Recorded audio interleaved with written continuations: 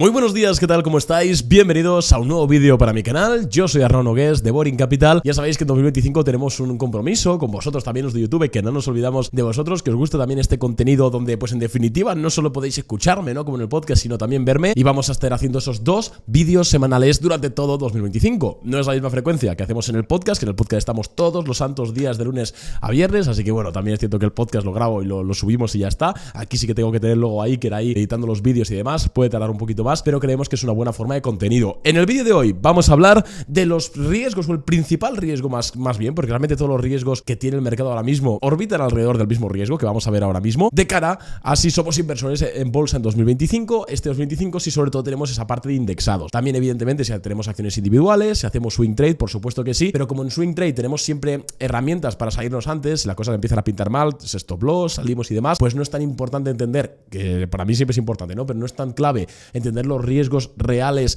digamos más estructurales que tenemos en el mercado, como sí que lo es en el caso de que pues estemos indexados o estemos, digamos, expuestos en bolsa de alguna forma un poco más pasiva, a través de fondos indexados, incluso fondos que no son indexados, sino de gestión activa, pero en definitiva de bolsa. Así que antes de empezar con el vídeo, quiero hacer 2 cosas. La primera es, déjame 2 minutitos porque voy a repasar la actualidad un poco de mercado, cómo ha sido esta última semana en bolsa. Vamos a ver rápidamente los índices, algún par de valores que sabéis que estamos siguiendo, cómo se están comportando, que definitivamente ha sido una buena sesión. Y también decirte, como siempre, si tienes más sed, más hambre de mercado, si eres un friki como yo en definitiva, que friki es algo positivo, recuerda que puedes seguirme en Instagram, por ahí es totalmente gratuito, y adivina de qué hablamos todos los días de lunes a domingo. De botánica no, insisto, todavía no he sido profesional en ese ámbito, pero hablamos de mercado, hablamos de economía, de inversión, de swing trading y de todo esto que pues en definitiva nos apasiona. También recuerda que puedes suscribirte a nuestra newsletter diaria, donde de lunes a viernes, fines de semana déjanos descansar por favor, hacemos un resumen diario de mercado con las 3-4 principales noticias de ese día en bolsa, así como un pequeño párrafo donde te hablo de lo que estoy haciendo yo con mi propio dinero, riesgo y ventura, y por supuesto en Boring Capital, lo que le decimos a los clientes, lo que compramos, dejamos de comprar y demás, que siempre lo compartimos por supuesto con ellos antes que hacerlo de forma gratuita en las redes sociales. Así como te he dicho, tenemos ahí, tienes mi pantalla del ordenador, ¿vale? Hay muchísimas cosas porque queremos ver varias cosas hoy, pero primero quiero hablarte un poquito de cómo ha sido esta semana, ¿no? En bolsa, que la verdad es que la hemos cerrado bastante bien. Vamos a hacer un pequeño repaso a los índices, ¿vale? Primero al SP500, ¿vale? Vamos a verlo en términos, a ver si puedo hacer esto grande por aquí, en términos semanales. Recordad que últimamente estamos viendo sobre todo gráficos semanales porque hay mucho ruido en el gráfico diario, hay noticias, digamos que lo principal realmente y lo que no miente es el gráfico semanal, así que mirad eso. Vimos que ya rompimos a principios del año pasado estos máximos, ¿no? del principio del mercado bajista del 2022, ¿vale? Tuvimos aquí este pullback muy normal, hemos tenido subida, esto fue el tema de agosto, llegó a esta media de aquí, apareció bastante demanda, vimos que se rompieron nuevos máximos. Este fue el día de la elección de Donald Trump, no sé si la podéis ver bien. Desde aquí tuvo una extensión y ahora desde hace aproximadamente pues desde finales de noviembre estamos en una corrección. Si te fijas, la verdad que la vela del viernes acabó bastante bien, tuvimos una buena sesión este viernes, apareció demanda en zonas clave. Bueno, el SP500 no pintaría, al menos a priori, hombre, todo puede pasar, siempre por eso hay que tener una estrategia de gestión de riesgo y todo eso, pero hombre, a priori parece una corrección totalmente normal para seguir subiendo. Es cierto que si vemos el equiponderado, que también quiero comentarlo, que pues realmente refleja un poquito mejor, ¿no? La situación del mercado hoy en día, porque al final pues 10 acciones ponderan más del 40% sobre el índice normal. Aquí es un poco más la situación de la mayoría de acciones. Vemos que la corrección ha sido un poco más intensa, aproximadamente un 10%, pero de nuevo la vela del viernes es bastante importante, rebotando en zonas clave, soportes clave. Fíjate que la caída bueno, pues este rebote apareció un poquito de demanda en esa última vela, que bueno, tampoco es lo más relevante del mundo, pero tal. Y aquí tenemos ahí también apoyando en la media. Quiero ver también el IWM, el Russell 2000, que si todo va bien y no se dispara el riesgo principal que vamos a hablar en este vídeo, el Russell 2000 puede ser su año, ¿vale? Y sería algo muy positivo porque sobre todo a nivel de swing trading, de comprar estas acciones individuales, más growth y demás, con más riesgo, pero también con más potencial, sería lo mejor. Podemos ver que en este caso todavía no hemos recuperado esos máximos que dejamos en 2021, ¿vale? Seguimos haciendo esa mega base de cotización, como podéis ver ahí. A ver si estaríamos haciendo ahora un handle para romper. Ese sería un poquito lo que queríamos ver. Y bueno, pues la vela esta semanal muy buena, rebotando ahí. Fijaros que tampoco ha llegado a esta media. La vela de rechazo ha aparecido demanda, ¿no? Al final, sobre todo en ese último día. Si vemos el diario se verá mejor. Y ahora a ver qué hace. A ver si nos rompe esa zona y vuelve al alza. Seguramente sea muy bueno para nuestros valores. Por hablar de unas cuantas acciones, KVYO, que compramos el jueves $43, un poquito más, y bueno, nuestro precio promedio es de 41,7, si no me baila la memoria, le ganamos aprox un 2%, por ahí andará. Bueno, creo que todo el mundo sabe que estamos viendo aquí, una IPO base bastante clara, cap and handle rompe con volumen, fijaros que el pullback ha sido sin volumen casi, esta pinta muy bien y la vela semanal que ha dejado aquí es espectacular, la verdad. Otro valor que me gusta es FOUR, Shift4 Payments, esta la tuvimos en su día.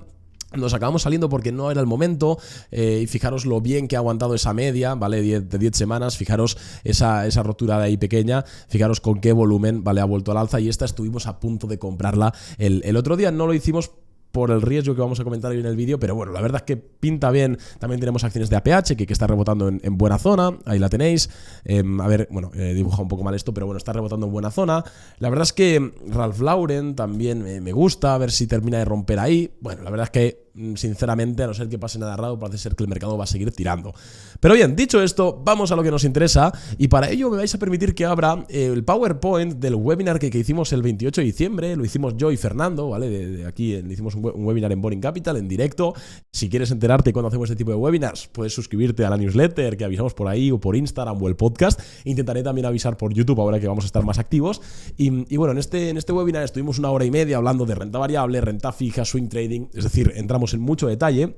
Y una de las partes, ¿no?, de este webinar fue efectivamente hablar de los riesgos que existían en bolsa de cara a 2025, ¿vale? Hablamos también de las oportunidades, de por qué seguimos siendo alcistas, que bueno, no voy a entrar en detalle ahora. Si queréis un vídeo más específicamente sobre eso, podemos verlo, pero sobre todo quiero entrar en los riesgos. ¿En qué tendrías que saber, al menos a día de hoy, para, pues ya luego decidirás, ¿no? Pero al menos para entender si puede ser interesante o no tener indexados, exposición a renta variable americana en este caso, o esencialmente un poquito eso, ¿vale?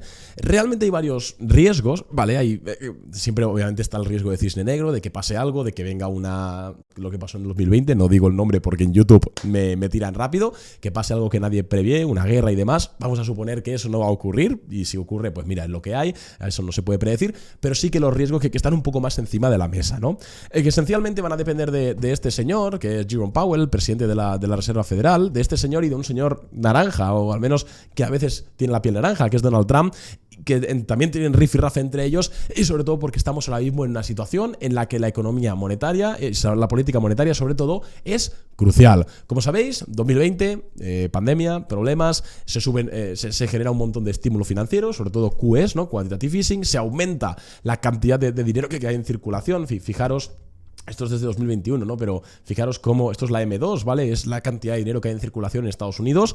Realmente no es todo lo que imprime la Fed, pero también, porque también tienes la parte de dinero bancario, pero bueno, también evidentemente le afectan los estímulos. Fijaros cómo ha subido muchísimo la cantidad de dinero en circulación. Eso, pues cuando tú imprimes dinero generas inflación. Entonces, de repente llega 2022, señores, la inflación es del 9%, 8-9% interanual. Vamos a quitar estos estímulos y a subir los tipos de interés. Bien, eso ralentiza la economía, ha hecho que baje la inflación, es lo que estamos viendo ahora mismo, y ahora el mayor reto es saber si esa inflación realmente ya está acabada, se está aplanando, va a seguir bajando, o de lo contrario, puede rebotar. Aquí hay muchas opiniones, y de hecho tampoco hay que jugar a ser Nostradamus, sinceramente. Yo no os voy a decir lo que va a pasar, porque si lo supiese no estaría en la oficina un sábado, estaría seguramente en Maldivas, y no es el caso, como puedes comprobar. Entonces creo que en la bolsa nosotros como inversores no tenemos que ir a apostar o adivinar las cosas, pero sí que es cierto que pues mínimo tenemos que conocer los riesgos. Entonces el principal riesgo de hoy en día es inflacionario, que la inflación se dispare. Y ahora vamos a ver qué motivos tenemos para pensar o no pensar que la inflación se pueda disparar. Bien. El primer motivo también en este sentido es los aranceles de Donald Trump, ¿vale? Donald Trump ha vuelto a ganar la presidencia, en unos días asume el cargo, y lo bueno o malo que tenemos sobre este presidente es que ya ha sido presidente. Entonces ya sabemos un poco de qué pie calza en ese sentido.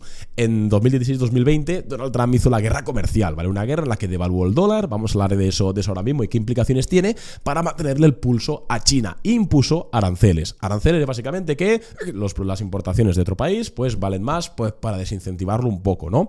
¿Qué pasa? Que muchos inversores dicen, oiga, si Estados Unidos pone aranceles del 15-20% a los productos de China, lo que va a pasar es que de repente al consumidor americano le va a costar más comprar esos productos, por lo cual los índices de precios, IPC, IPP y todo esto, va a incrementar, porque si al americano promedio le cuesta más esos productos, pues la inflación va a rebotar. Eso es lo que dicen algunos analistas. Es cierto que puede suceder. De hecho, en 2018 se llegaron a disparar un poquito de inflación y hubo una pequeña subida de tipos de interés en 2018. 2018, precisamente por esto y también por la guerra comercial.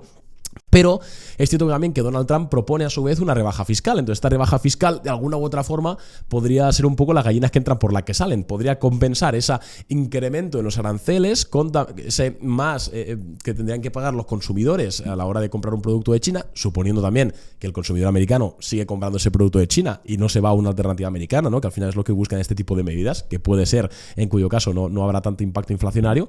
Pero vamos a suponer que es así. Esa rebaja fiscal que propone Donald Trump, tanto a particulares como empresas, podría servir para, digamos, pues pagas un 15% más por aquí, pero pagas un 15% menos por esa parte.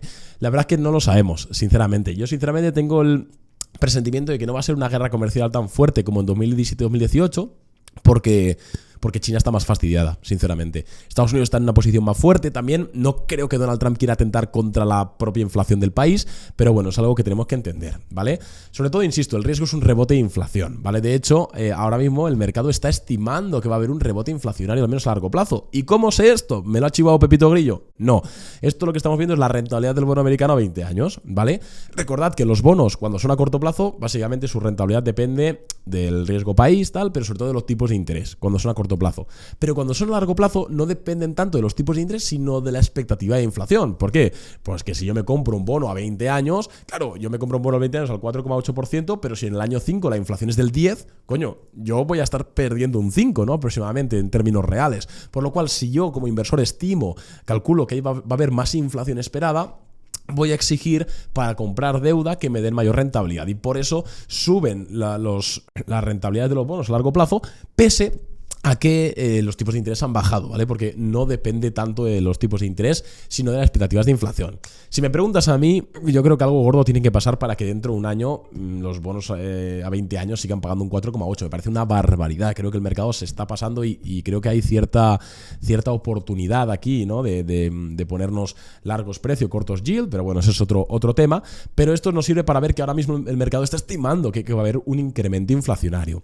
¿Y por qué? Bueno, pues si vemos los índices de precios, ¿no? Estos últimos que han salido, por ejemplo el IPC, que es el más común, ¿no? El IPC general, vemos que, hombre, sí que es cierto que desde el IPC de noviembre y el IPC de octubre y de noviembre, porque va con un mes de retraso, vemos que sí que lleva habiendo un rebote, ¿vale? Esto es interanualmente, del 2,4 al 2,6 y el 2,6 al 2,7. Es cierto que está rebotando un poco la inflación, pero bueno, a ver, que es normal que rebote, seguimos por debajo del 3%, fijaros de dónde venimos, ¿no? Quiere decir, a mí no me parece nada relevante. En el medio, aquí ha habido varios rebotes, o sea, quiere decir, todavía es muy pronto para decir que estamos viendo un rebote inflacionario. Es que en el tema del PCE, que es el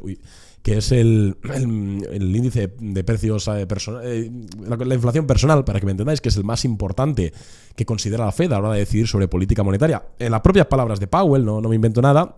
En su cálculo intermensual, es decir, cuánto incrementa este índice de precios mes a mes, vemos que, bueno, pues sí, llevaba unos cuantos meses que estaba rebotando, ¿vale? Pero fijaros, la última vez salió incluso por debajo del esperado. Entonces, a mí, y esto es opinión personal, y las opiniones no sirven para nada, pero yo te la doy porque es mi canal, yo no creo que, al menos de momento, estemos viendo un rebote inflacionario que no sea un rebote circunstancial de los índices de precios, sinceramente. IPC subyacente, también intermensualmente, no está tampoco creciendo muchísimo, entonces quiere decir, de momento, que es complicado ver esto. Es que además, esto no lo he puesto aquí, pero ha habido muy pocas veces en la historia en la que ha habido un rebote inflacionario que no haya sido acompañado por el precio de la energía. Y si ahora mismo nosotros vemos Brent Oil Price, el precio del barril Brent, bueno, vamos a poner el West Texas, porque WTI, porque es el para Estados Unidos es mejor, ¿vale? Aquí lo tenemos. Es que podemos ver que pues lleva un desplome fuerte. En la última semana ha subido un poquillo, pero vamos, la tendencia es clara, ¿no? Desde 2022. Entonces, yo sinceramente veo muy complicado que haya un rebote inflacionario grave, quitando que pueda ser circunstancial y demás, que sea grave cuando el barril de VTI o de Brent está a $70 por acción, o sea, por barril.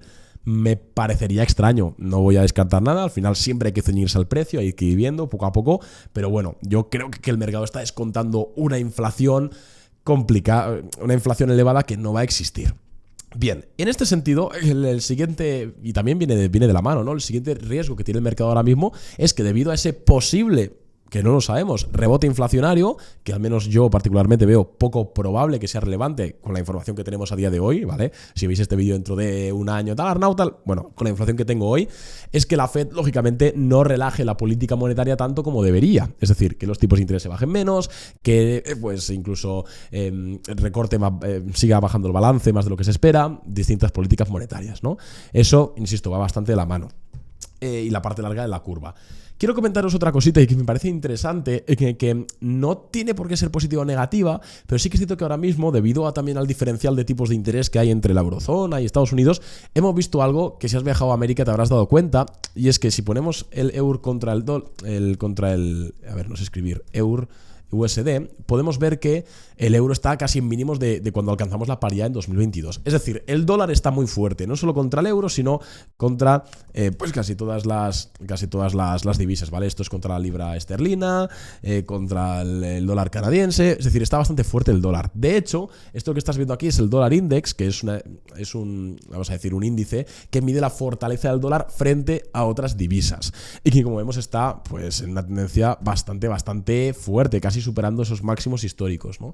Entonces, ¿por qué te cuento todo esto? Porque Donald Trump, y sobre todo su vicepresidente, es un tío que ya ha dicho varias veces que quiere devaluar el dólar para favorecer las exportaciones en Estados Unidos.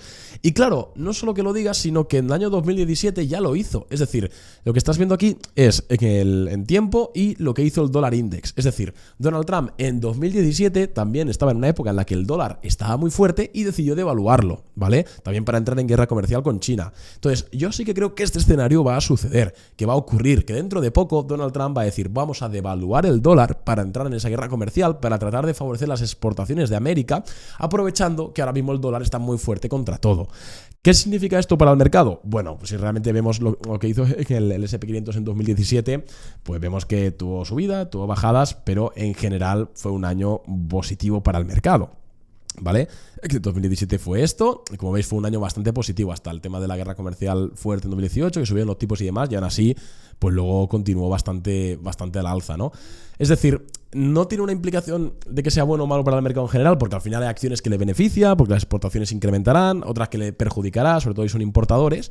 Pero sí que es cierto que quiero que lo sigas y también que, hombre, si tienes, que ya hablamos, ¿no? Llevamos hablando un año y pico de que yo personalmente tengo toda la liquidez que tengo en dólares, aunque no tenga acciones, la tengo en dólares, quizás voy a empezar a plantearme tener parte de mi liquidez de vuelta en euros, aprovechando que es bastante posible que Donald Trump o el ejecutivo de Trump trate de devaluar esa divisa, ¿vale? Pero sobre todo el principal riesgo de este año es un riesgo inflacionario, que a día de hoy, bajo mi punto de vista, no estoy hablando de rebotes pequeños, es poco probable, viendo sobre todo el precio de la energía y viendo que los índices de precios tampoco están disparados, pero nadie lo sabe, así que habrá que estar muy atento y desde luego aquí en YouTube, en el podcast, en la newsletter y en Instagram estaremos de lo más atentos posibles. De momento el mercado pinta bien, seguimos comprando, de hecho pues funcionó bastante bien, la semana pasada fue una buena semana, ya tocaba después de la corrección y vamos a ir dándole caña, así que nada más de momento, espero que te haya gustado este vídeo, si ha sido así recuerda suscribirte al canal y darle like porque así veo que apoyáis este tipo de vídeos, esos 2 vídeos semanales. Nada más de momento, amigos, un abrazote enorme y nos vemos en el siguiente. ¡Adiós!